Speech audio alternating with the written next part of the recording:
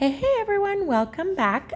Today we are doing a flooring installation. So we've actually come across the hallway with this vinyl. So you can see here for this room, we are continuing on, and what's ended up is that the way the vinyl came through the door, we need this little strip of vinyl here so that we're able to continue with a straight board across. So this gets a little bit finicky on that one side, but once we have that first one in place, we'll be able to get that next row in, which will help anchor this out a little bit better here as we go along. So these customers had carpet along their whole upper floor as well as the staircase that we have removed, and now we are doing the vinyl plank flooring. So we did the stairs, and there's videos of that if you hit the subscribe button and check out our channel. And now we're continuing on with the vinyl across the hallway is done now, and then this is one of the bedrooms. So there is this closet here. So with the direction of the vinyl that we are using, we did need to go into the closet space and then continuing along. A lot of people ask us in the comment sections, how do you choose which way to lay your vinyl?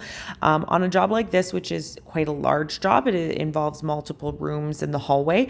There's definitely some strategy to it. If you're just doing a single room, you can definitely choose which way you like best. Preferably, you're going to have the vinyl running longwise from the window. So the light is going to run across the long boards, which is going to make the room look larger. So that did work out in this room. Actually, all the bedrooms in this property, it made it work out that way, and then it helped elongate that hallway as well.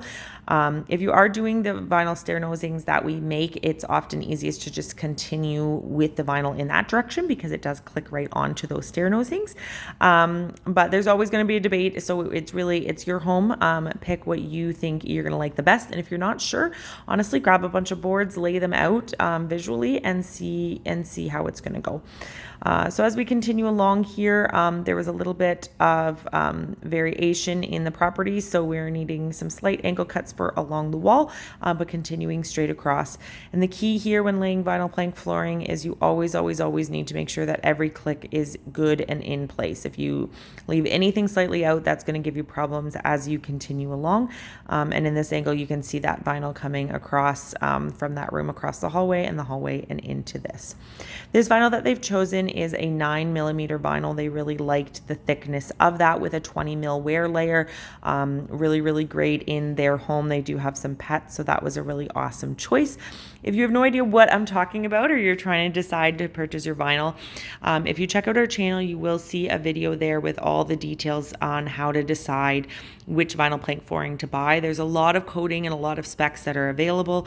That can be really overwhelming when you first start, and you can't always trust those salespeople to tell you the truth about them. So check out that video from us, and that will help you when you're out and about shopping around to make the best decision for you.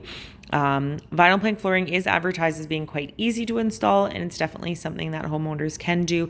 But like I said, you've really got to make sure that you're getting those clicks in place. There's multiple different clicking systems as well. So do your research and check out our video on that to know which one is going to be the best for you. This one that they chose, it does involve, as you can see, doing an angle click on both sides. This is a more complex one to do than a drop click. That's why they're paying us to do it. If you'd like us to come out and do an installation for you, please check out stepupvinyl.ca. That's where you can find us and get in touch. And here we are at our final board. Always a harder one because you're doing the left and right click, but you're also tight against the wall.